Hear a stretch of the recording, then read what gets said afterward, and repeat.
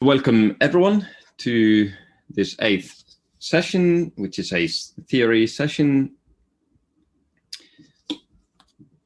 Let's begin then. So this section, so let me just write 1.2, generalizing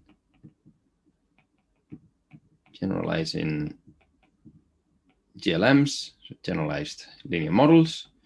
And in this section, it's going to take us a couple of lectures to go through it.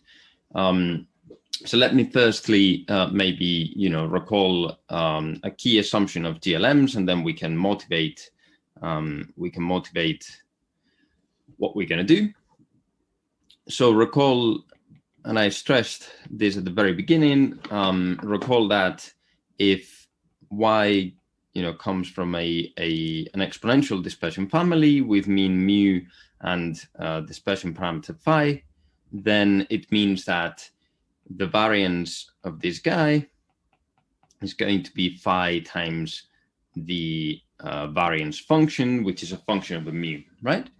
And so this, if you took statistical modeling last year and in previous years, then you'll know that this can be useful, to know this relationship between the mean and the variance, because indeed, in some cases, we do wish to have a certain relationship between the mean and the variance, right? So this is the case, for instance, in the Poisson model, when we are modeling the number of events that happen, for instance, in a given amount of time. And if we assume, if it makes sense that the number of events that happen per unit of time actually increases if we increase the unit of time.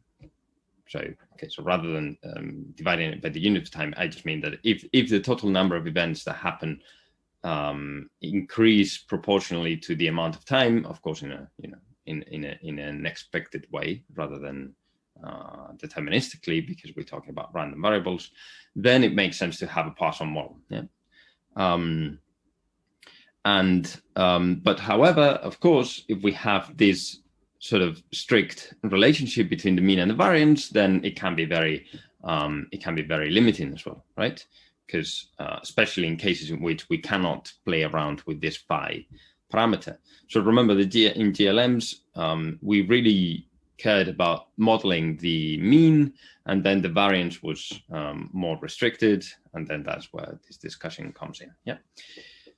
Okay, so let's define a key concept that is essentially what we're going to be dealing with, sometimes explicitly, sometimes implicitly, but this is really what we're going to be concerned with in the rest of this sort of first section. So before we start with classification. Okay, so this is what is called over dispersion. So over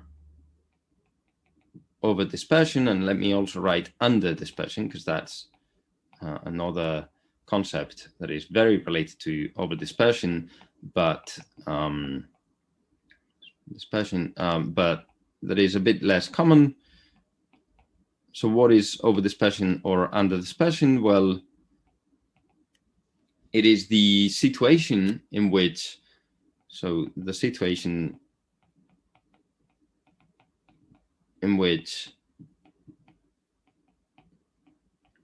in which the variability of the data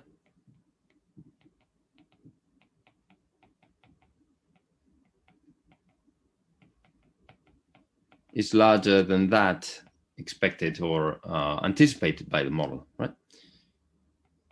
It's larger, and let me write in brackets smaller. Okay, so that corresponds to under dispersion than that sort of predicted. And I don't mean predicted in a statistical sense, but in more sort of layman's term, predicted, anticipated.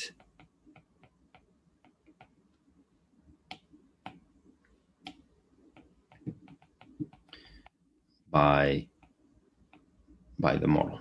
Yeah. Okay.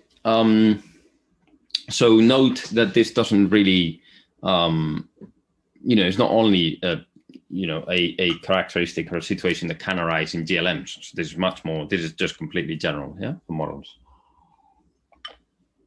Okay, and so what is the issue with that? You'll be thinking, well, because the first thought is, okay, our model is wrong in this sense, but so what? What's the impact of that? Well, I think the really key impact of this is inference. So if your model is, if it suffers from over dispersion, then what's going to happen is that because it is anticipating such, a given variability, and the inferential procedures. So let's focus, for instance, in a confidence interval. So confidence interval is going to be based on the variability that the model anticipates, right? Because it is essentially trying to precisely pin down how variable a certain parameter is. So if it is, if it suffers from over dispersion, then it will be too confident to think that the dispersion is in a given range, when actually maybe it should be much larger range. And so the inferential conclusions, right? So, the confidence interval will be too narrow, right? It will be too certain of where the actual parameter is, right? So therefore, the conclusions are wrong. They can be perfectly wrong. Yeah. Okay. So let's just maybe say that, so this impacts inference. Okay, so we really should be quite careful. So this is one of those things that you really need to care about, basically, in a model. Yeah. Okay. So what are the situations that we may be or that may be giving rise to over dispersion? So, for instance, we have that we could have missed important covariates, right? So if you think about this, just as usual, think of a linear model. So if you have a linear model and then certain covariates are missing, important covariates, then this means that, for observations that have similar values in the collected covariates, then maybe they show much more variability than you would have expected through the normal distribution that you're assuming, right? So that can be the case. And then you have, again, you have over dispersion. And that's a very common situation, right? Because remember, these models, linear models, at the end of the day, the noise, or one of the interpretations that it may have is precisely our lack of understanding of the world. And so it somehow encompasses, those missing covariates. But if one is important enough, then it won't be possible to reflect it through that necessarily. Okay. Okay, so that's one of the reasons then. So missed important covariates, or it could be also that we have dependencies in the data. So this can also give rise to this, the dependencies,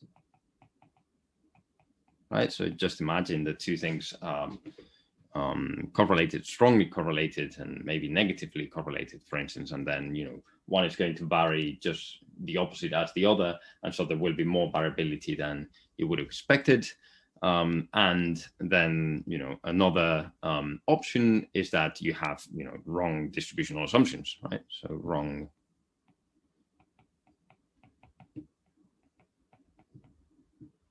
And actually the tails of the distribution are, there is more weight on them than you would have at first assumed, for instance, right? Okay, and so then, there's higher, higher values or larger values are more likely to happen than initially anticipated by your model, right? So what we are, in short, what we have is that we're missing to model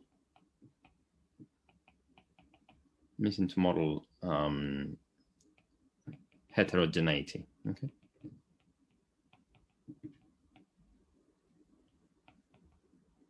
This is generally what it comes down to. Okay.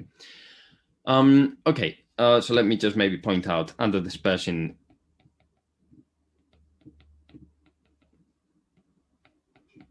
is less common than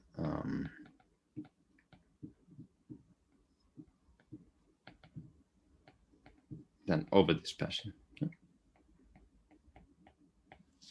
So that's just a comment. Okay, so what is the first? So what we're going to do in this section 1.2 is we're going to give specific instances of models that sort of model these reasons that potentially give rise to over-dispersion and under-dispersion. Okay, rather than saying, well, let me generalize the GLM completely and then try to account for this, which is a possibility, and we'll somehow do that a bit. But really, this course, you should be viewing it as an advanced course for statistical modeling. So we really wish to model things if we know, so I guess the rule of thumb is that if you know something about your data that is beyond the initial model that you considered, then you should try to model that explicitly, because this will translate into higher power tests, for instance, right? So if you know more specifics, then you should try to model them rather than just making the model more general and not be specific about what could be the generalization. So that's the usual way to go. Okay, so then what's the first model that we're going to propose? So the first model that we're going to propose, so this is 1, 2, 1, and this is the negative binomial. Negative binomial model or regression.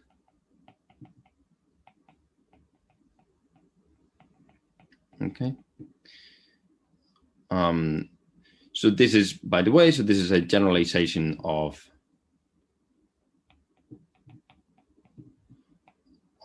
Poisson to account for over dispersion, so not under dispersion. Okay.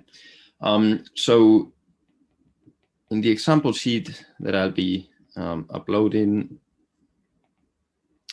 you'll see the following. So if we take the family of distributions given by negative binomial with R in the natural numbers without 0, and P being a probability between 0 and 1, then this guy is an EDF if, and this is important, if R is known, okay, and or with mu, so with mean given by R times P over 1 minus P, then the dispersion parameter is 1, and the variance function is given by mu plus mu squared divided by R. Okay. Okay. So note that we can reparameterize this.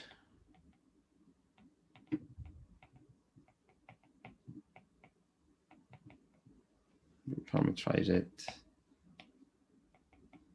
with respect to mu and tau. Okay, so tau is going to be R minus 1. And also we can generalize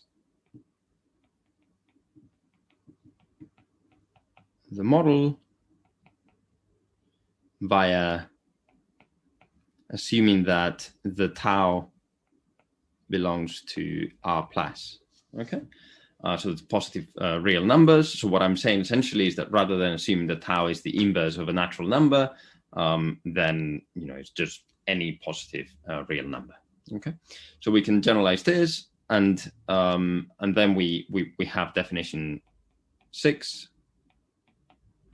So definition 6, we have that the negative binomial model is going to assume that, so maybe let's write it, the next line.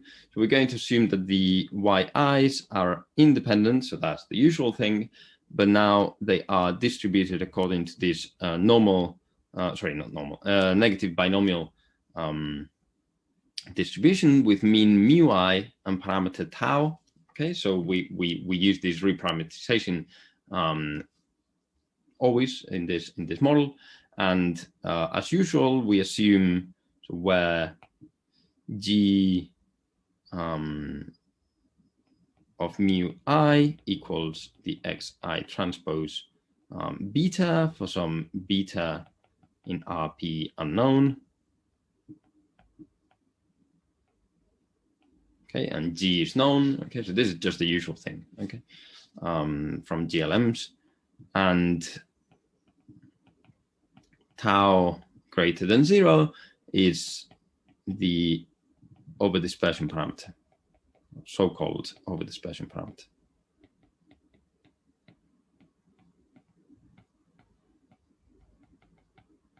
Okay.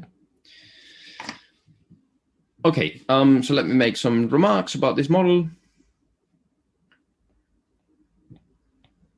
Some remarks.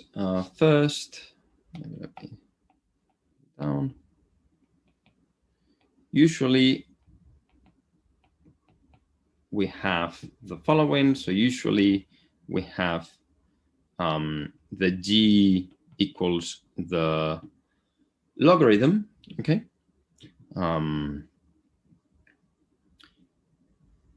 It will be clear after you do the example sheet, and maybe once we finish the lecture and you do the relevant example, then it'll be clear why generally G is the logarithm. But this in particular, of course, it implies that the expectation of the yi is mu I, that we know, and the variance of yi is mu I plus tau mu I squared. But what I want to say is that these things happen for mu I given by the exponential of xi transpose beta. Okay. Okay, so that's the usual model that we assumed, and then the second comment about the model or the usual choices is that tau is unknown. Okay. I mean, this could nearly be part of a definition, okay, and you may find it as part of a definition in some references. So this means that the negative binomial model is not a GLM. Okay, so if this is the case, yeah? And this is of course because if you don't know tau, then it's the same as saying that you don't know R, yeah, because tau is the inverse of R. And we said that you'll see, you'll show in the example sheet that the negative binomial is EDF when R is known. Yeah. Okay. Okay, but and it makes sense that tau is generally unknown, right? Because what you're trying to do is to, if tau is 0, then you're back in the Poisson model. And if not, then essentially you're trying to model, that extra dispersion. And of course, you don't know that extra dispersion, because if you knew it to start with, then you could have proposed this model rather than having to deal with all the dispersion, right? Okay. Let me maybe point out, maybe this is a good time to point out that, the kind of overdispersion that this model is modeling is precisely, well, certainly not dependencies, right? Because I mean, these guys are independent, at least at least preliminarily. So we'll see that this can be explained through trying to model dependencies or somehow related to that.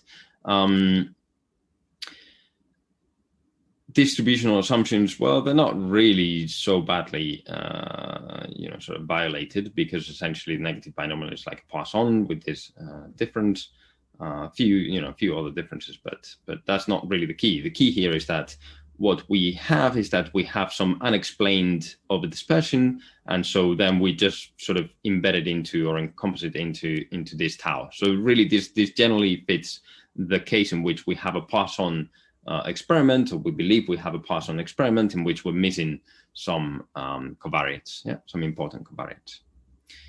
Okay, so the second remark is, so it's about estimation, so joint estimation of the more of the parameters of interest, so of beta tau. We can get it through maximum likelihood estimation, okay, and the usual, asymptotic normality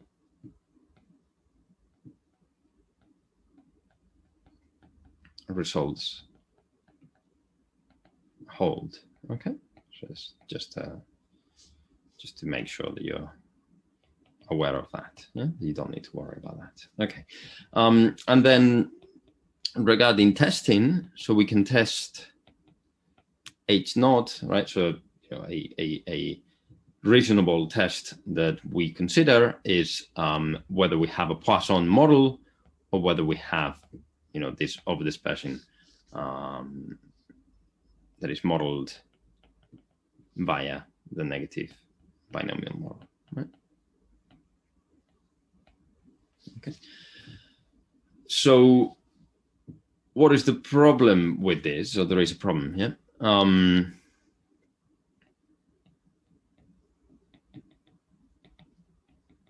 So for instance, if we use the likelihood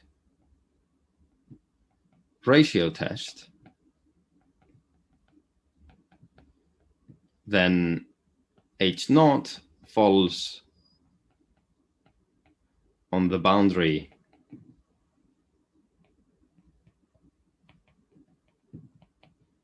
of H1, right?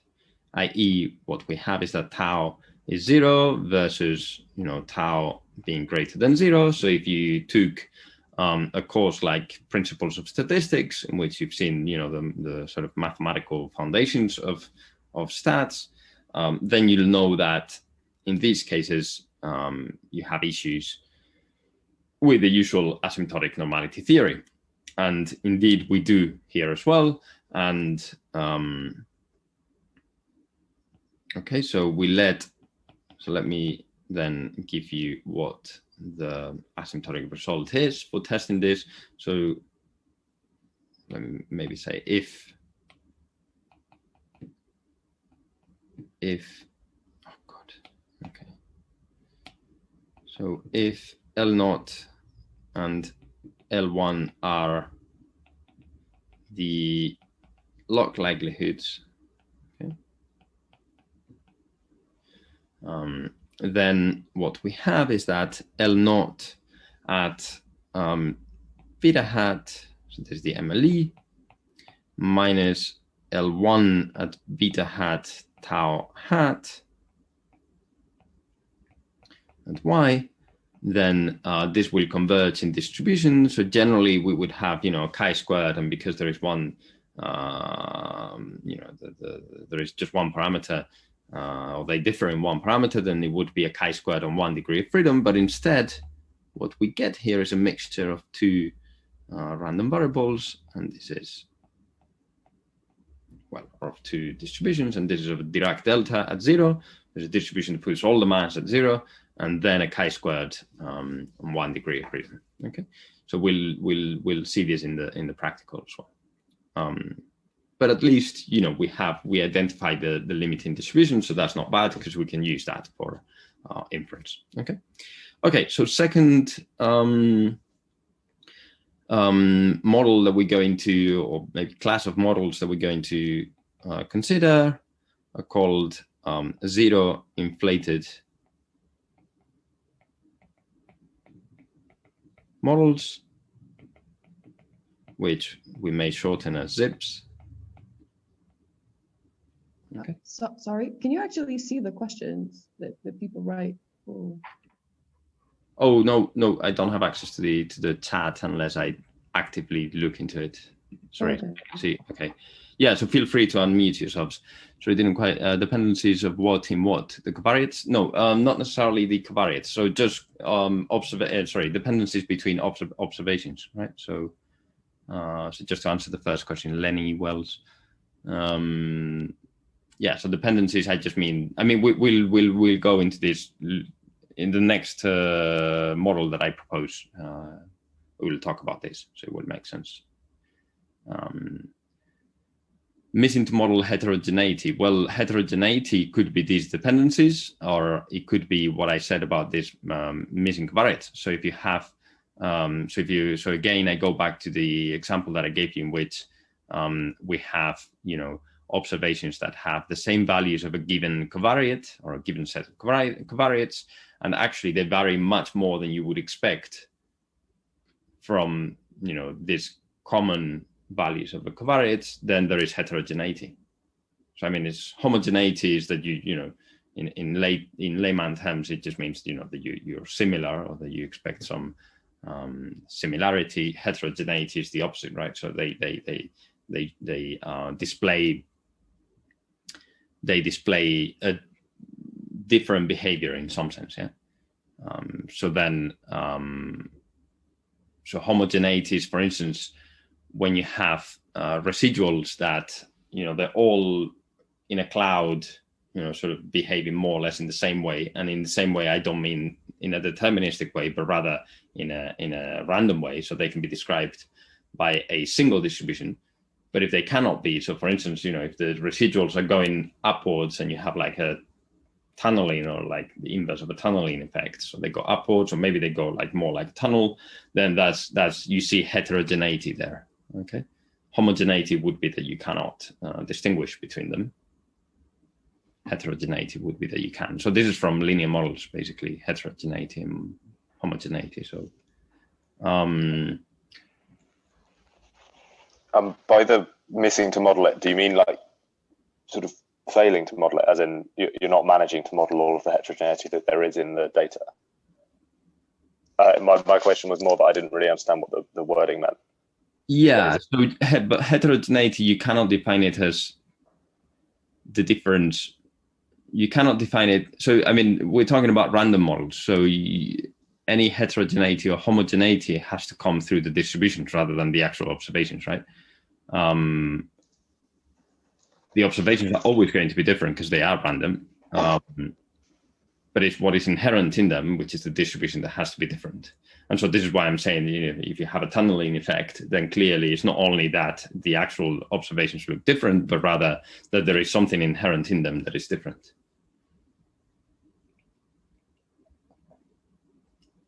In what gives rise to them, right? I don't know if that clarifies it at all.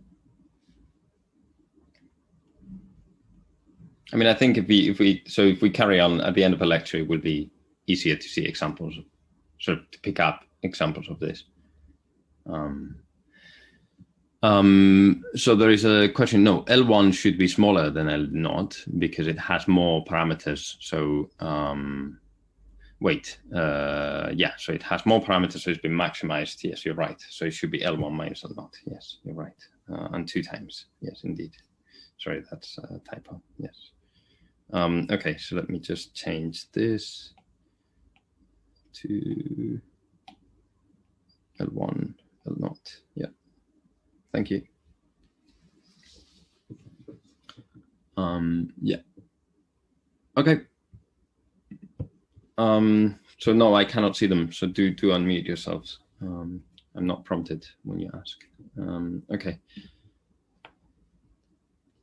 Zero inflated models. Okay, so sorry, not ZIBs. Excuse me, ZIMs. Yeah. ZIB is zero inflated Poisson. Okay, so just let me again just start with briefly what it is. So it's a generalization of a model to account for yes, in layman terms, it's just too many zeros. Yeah.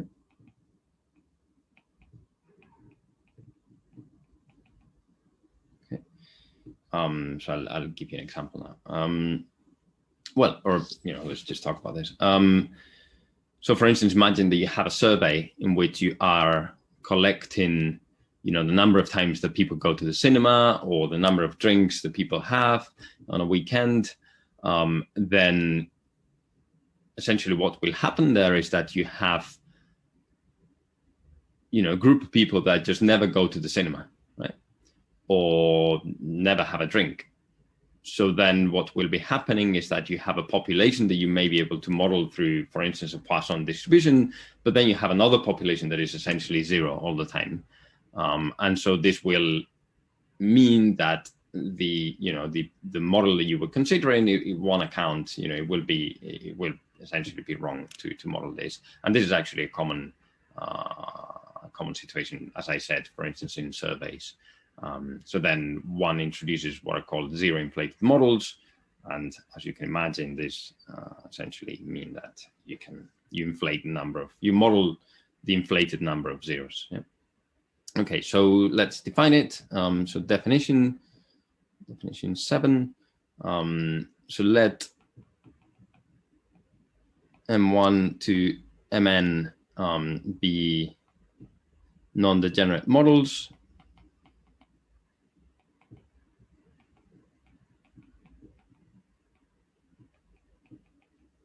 Okay, so a zero inflated model assumes that the observations yi to yn are independent and such that yi, a given yi, follows a Dirac delta with some probability, with probability pi, so this is going to depend on the data point, and then it follows the mi with probability 1 minus pi. Okay, and the assumption, so the additional assumption is that this pi will be related to the covariates, okay, in this way that sort of resembles the GLM formulation. And h, of course, goes from 0, 1 to r, and this is known, okay. Gamma is unknown, and let me not say anything about its dimension yet. Well, I mean, obviously it should be in RP, but I guess I wish to say something about it. So that's why I'm leaving it a bit vague. And then maybe part of the definition, because beyond a zero inflated model, let me just define within this zero inflated GLMs. So in particular, what we have is that a zero inflated GLM assumes that these models are what you expect. Yeah, so it's mu I, phi I. And let me also say that a zero inflated negative binomial model is defined analogously. Yeah.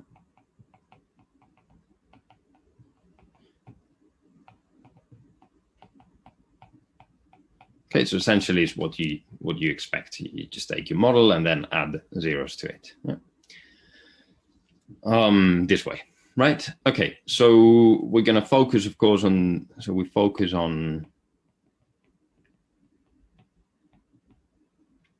zero inflated GLMs. And so let me make remarks about this case. So first, we have that usually we'll take h to be the logit function, right, as you would probably expect. And then the other thing is that the,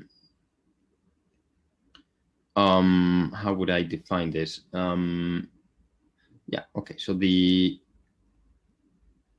L0 norm and the L0 norm of gamma, so of beta and gamma, is generally less than p. Okay. Okay, and so what does this mean? Well, it means that, so remember the L0 I think I defined it in regularization, and it's just the number of elements that are non-zero. Yeah, so it's not really. I mean, it's nearly like the dimension in that it will be the degrees of freedom of this vector, but I guess formally speaking, it's not. And why am I emphasizing this in the remark? Well, that's because, generally speaking, you may have that the PIs and the mui's depend on different sets of covariates. Okay, so that's basically what I want to emphasize here. Okay, although they could, they could well depend on the same covariates. I mean, it is allowed by the model. And in particular, let me say there is an instance that is important in particular. PI common across all of the data points is common. Yeah, it's not quite, this is not quite just exactly the same that I was remarking, but what this means is that in the PIs, you only have an intercept term, right? Okay, so that's common. Okay, second remark. So we can estimate, so again, estimation, so can estimate. So can estimate beta and gamma via maximum likelihood estimation, okay? But there is a bit of an issue here, and is that the log likelihoods, the log likelihood in this case, is quite involved.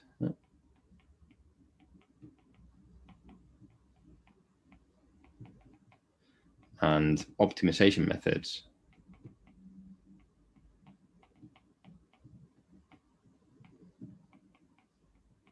may not converge.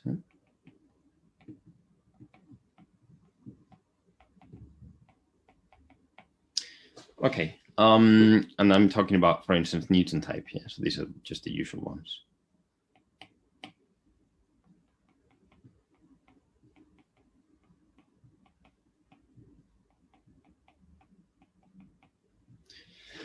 Okay, so to get around this issue, let us first note something, and then I introduce an alternative to these optimization methods. So let's note that we can reparameterize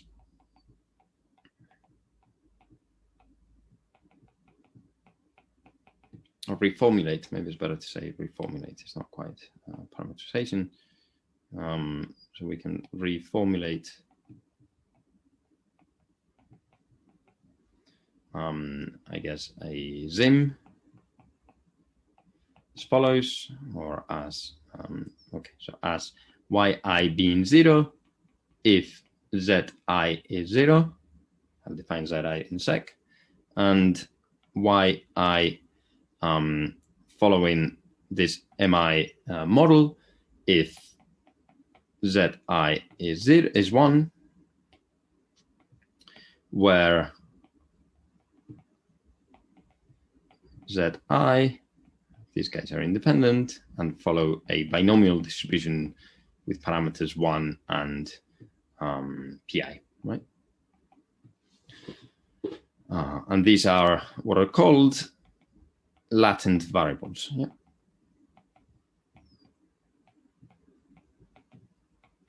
And of course, they should be such that not z, but yi given zi are independent.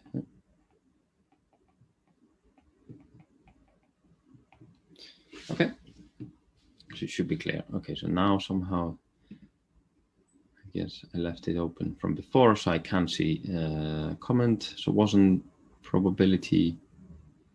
You are totally right. Yes. Thanks. 1 minus pi. Yes, I mean, it doesn't matter what you choose, but of course you need to be consistent, whatever you choose. Yes. Okay, thanks. So it was a bit of luck that I could see that. So generally speaking, if you can unmute, that would be better, but fine. Okay, so then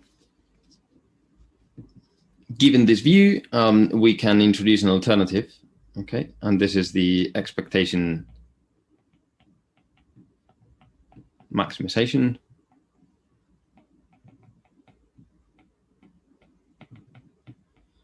Algorithm. Okay, so in this one, we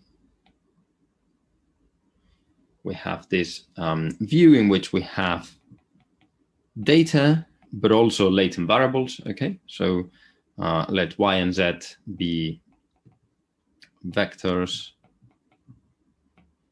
of observed and latent variables.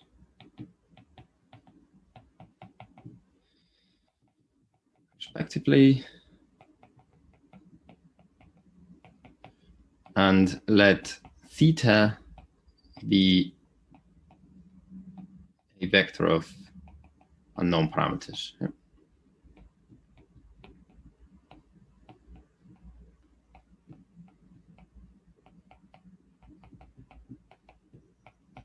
Okay. Now let's write the log likelihoods. So we're going to have theta y and also theta y z. So there's a bit of an abuse of notation, but then difference between the two is, of course, the number of arguments. So let these guys be the log likelihoods of the model for y and yz. By the way, the latter is what is called the augmented model. Okay, so if we have this, EM is going to maximize, sorry, EM, of course, I mean expectation maximization. EM maximizes this first likelihood or log likelihood as follows, yeah? So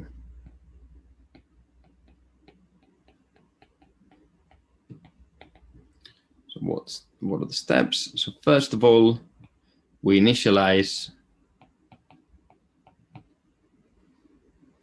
Let me just better initialize theta with some theta naught. Okay. Second, we have the expectation step. Okay, so what's the expectation step? So at k equals 0, 1, 2, and so on, up to a point that we'll see now. We define this capital Q function that is going to depend on the current instance of the theta, current estimate of the theta, and this is going to be given by the expectation of a z, the z conditional on the y and on the parameter value of the log likelihood of the augmented model. Sorry, and let me remove that z and that theta. So that should be right. This, okay, because we are computing a function, right? So we want to understand this function. And then third, we have the maximization step. What do we do? Well, we just want to maximize this Q function, okay? So we define then the theta, so the new value, as the maximizer argmax theta over whatever parameter space we are considering of this Q function, okay? And then last, we continue doing this. So if we iterate steps 2 and 3 until numerical convergence.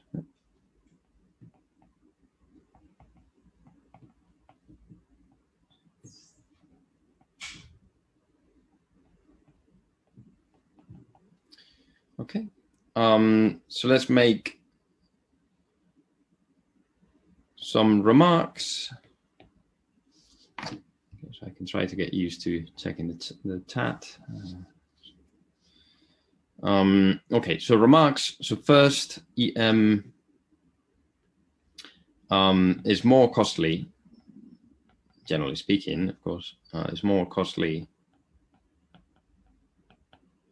than the usual optimization methods.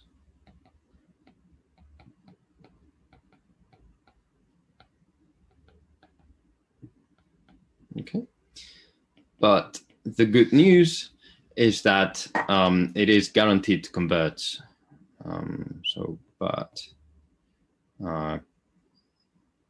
It is guaranteed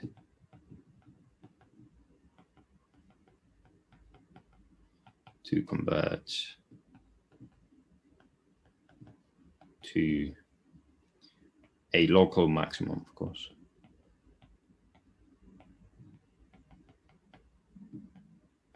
Okay. All right. So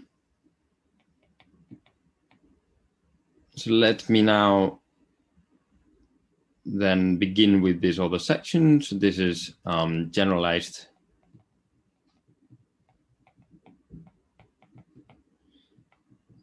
mixed linear models.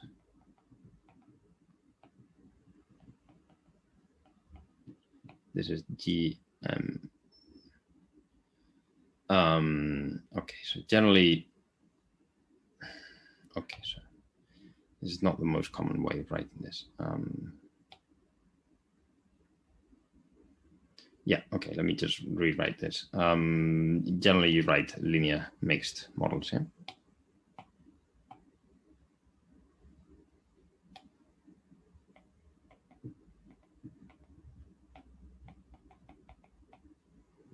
So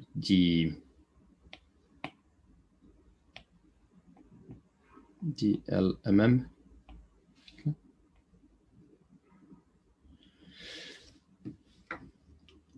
Okay, so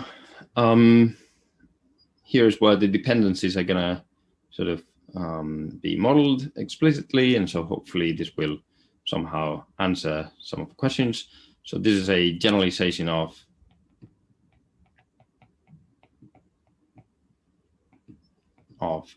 GLMs to account for dependencies.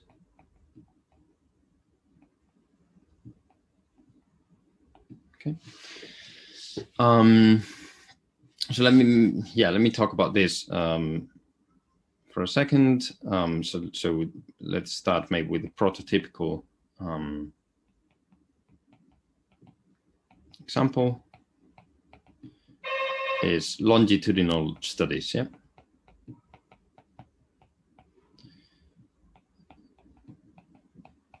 So what are longitudinal studies? So these are studies in which we have different subjects, and what we do is that we take measurements of each subject at different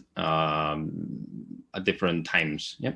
So then, of course, what you expect is that maybe the measurements between different subjects are not are not related. They're not dependent.